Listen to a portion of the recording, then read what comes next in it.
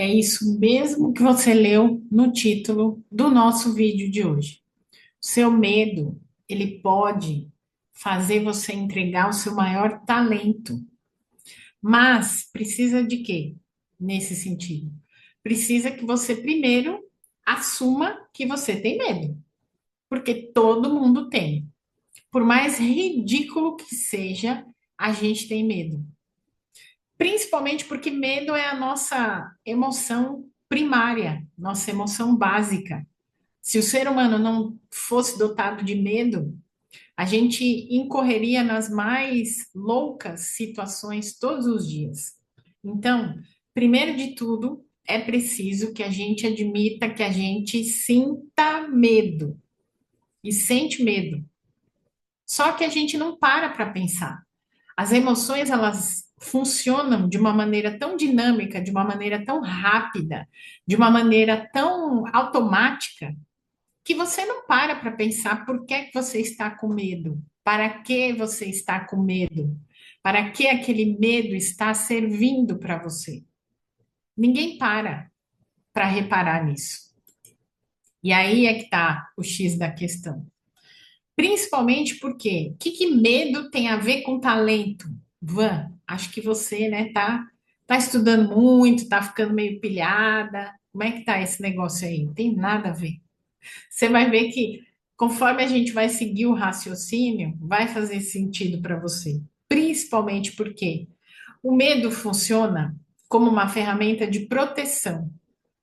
E por trás desse mecanismo do medo, a gente tem as nossas feridas emocionais, claro.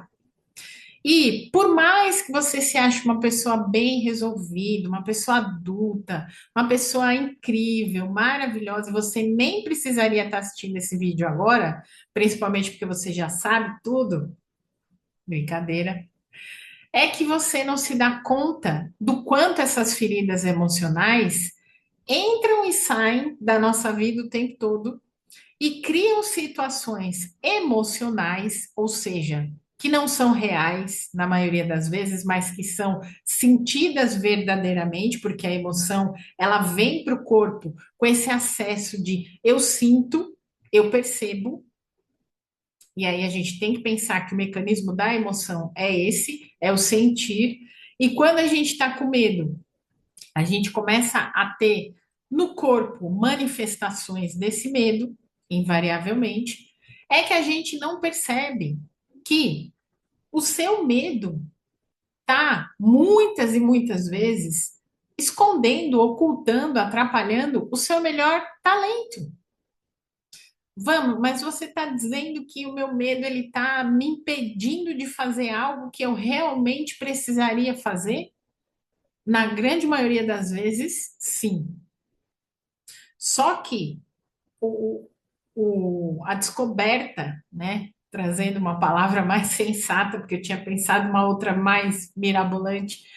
A descoberta desse medo, ela precisa ser provocada, para que você entenda o mecanismo que ele está desenvolvendo dentro de você e está fazendo você elaborar esse mecanismo de proteção bastante habilidoso e bastante individual, eu diria. Por exemplo, trago aqui a minha conexão com o medo. Eu não tinha ideia de que o medo me fazia esconder o talento da comunicação, por exemplo. Há muitos anos, até mais ou menos os meus 20 anos, então já se vão 30 anos depois disso, eu era uma pessoa, e o meu temperamento é, assim, bastante introspectivo. Embora eu me lembrasse de que lá na infância, esse meu mesmo comportamento, quando sozinha, quando eu estava longe das pessoas, quando eu estava lá no meu mundinho de Nárnia, brincando, ele era extremamente comunicativo. Tanto é que eu gostava de brincar que eu estava apresentando o jornal na televisão. Tanto é que eu gostava de brincar de dar aula, de escolinha, de ensinar as pessoas. Tanto é que eu gostava de brincar de imitar os meus cantores favoritos. Na época tinha o Michael Jackson, na época eu fiz uma encenação do filme Flashdance. A grande maioria das pessoas da minha família desconhece tudo isso, mas eu me lembro profundamente, né? Me lembro do dia sozinha em casa, sozinha não, né? Sozinha é maneira de dizer, sozinha lá com as minhas brincadeiras e eu estava ali com a minha família, minha avó, minha tia, meus pais trabalhando, então sozinha era a maneira de dizer. Tinha chegado, acho que nem era época de escola ainda, nem tinha ido para a escola. E aí eu tinha ganhado uma luvinha de crochê rosinha, assim. E aí, qual foi a minha ideia na época? Eu tinha material, acho que eu já estava na escola, porque eu tinha material de educação artística. Eu tinha lantejola, eu tinha purpurina, eu tinha cola, tinha canetinha, né? Então, gostava muito de pintar, de desenhar. E aí, o que que eu fui fazer? Eu peguei essa luvinha branca, tinha visto um clipe do Michael Jackson, onde ele tinha uma luva prateada, né? Toda brilhante, toda de paetê. E aí, eu, claro, na minha ingenuidade de criança, fui querer cocriar aquela luva para mim. Peguei a luvinha de crochê e comecei a colar as lantejoulinhas, mas nem chegou perto da luva que era do Michael na época, né?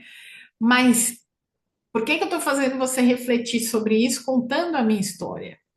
Porque você deve ter aí no teu arsenal de histórias da tua infância muitas perspectivas onde você percebe que o medo entrou depois atuando.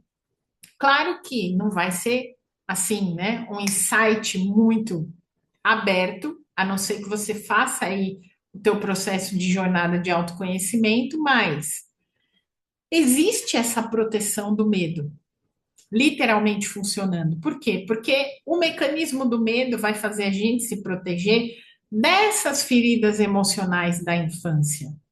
Então, porque se eu era uma criança extremamente no meu mundinho ali, no meu universo comunicativa, eu me tornei depois uma adolescente, pré-adolescente e pré-adulta introspectiva, séria, que quase não tinha amigos, que quase não gostava de socializar, quase não gostava é pouco, né? Eu não gostava mesmo de socializar, a real é essa.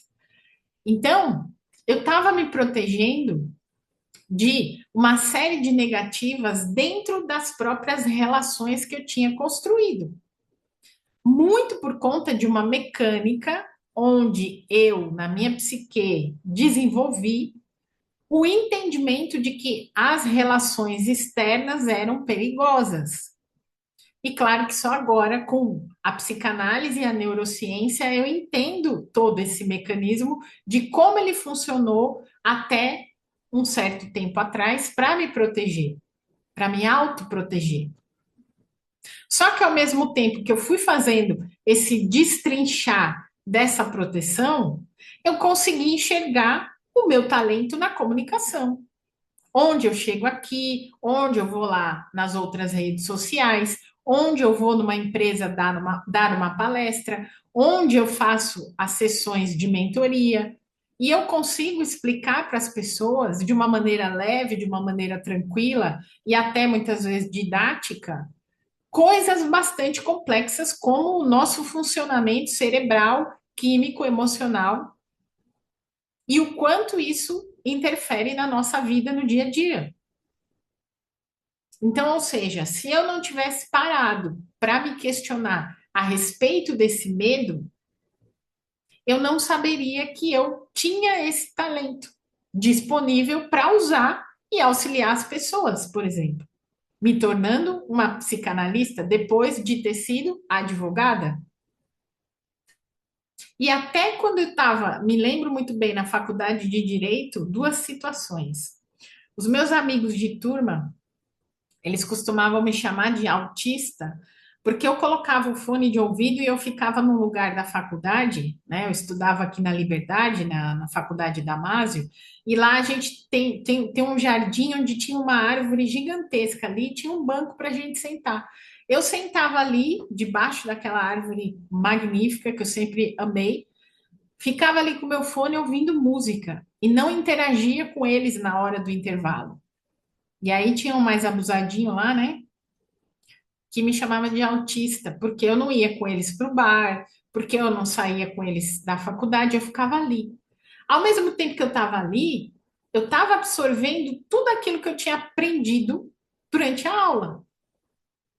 E aí eu me questionava, eu falava, cara, mas para eu ser advogada, né? Ou mesmo para seguir carreira pública, enfim, que eu seguisse a magistratura, que também era um dos alvos ali que eu queria, eu preciso me comunicar, eu preciso falar com as pessoas. E aí, como é que eu faço isso com essa introspecção na realidade, né? E essa introspecção também é um traço da minha personalidade. Mas eu também tinha o traço que me comunica bastante e com fluidez.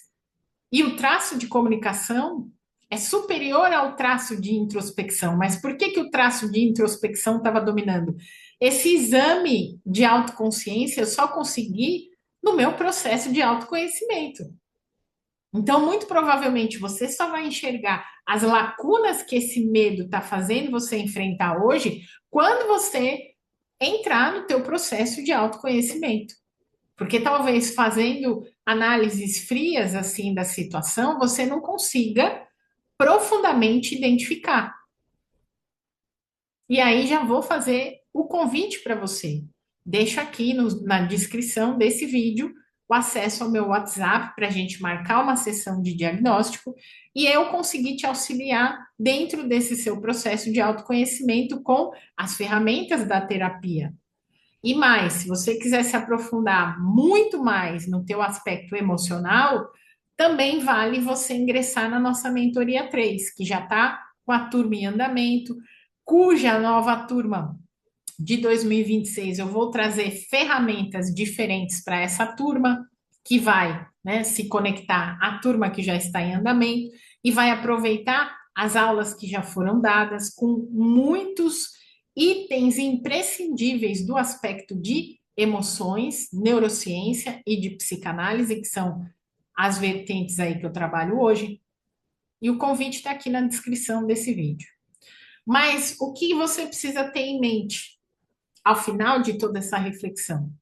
De que o seu medo, ele está a serviço de algo profundo dentro de você. Mas eu não sou uma pessoa que me percebo com muito medo, não, sabe? Eu vou, me arrisco, faço as coisas, tá. Mas você tem ansiedade? E essa ansiedade faz você procrastinar?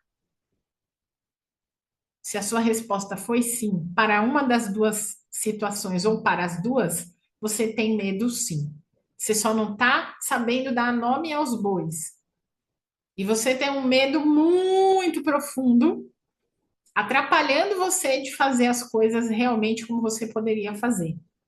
Então é por isso que a gente precisa conversar, porque eu posso te ajudar a sair dessa conexão com o medo e a enxergar o seu talento, principalmente no aspecto profissional, e lapidar esse seu talento, porque é uma das facetas que eu uso hoje no meu trabalho como terapeuta, de trazer à baila, né, a luz, a claridade, a realidade, tudo aquilo que você pode movimentar nos teus talentos e que você não está usando.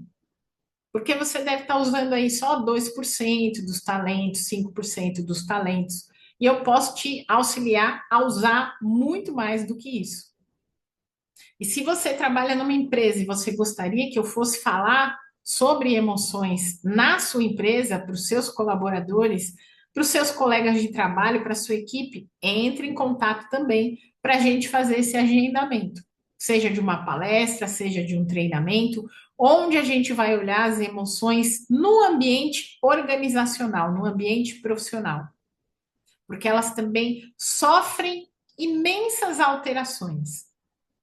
E o que mais a gente vê hoje no ambiente organizacional é o medo.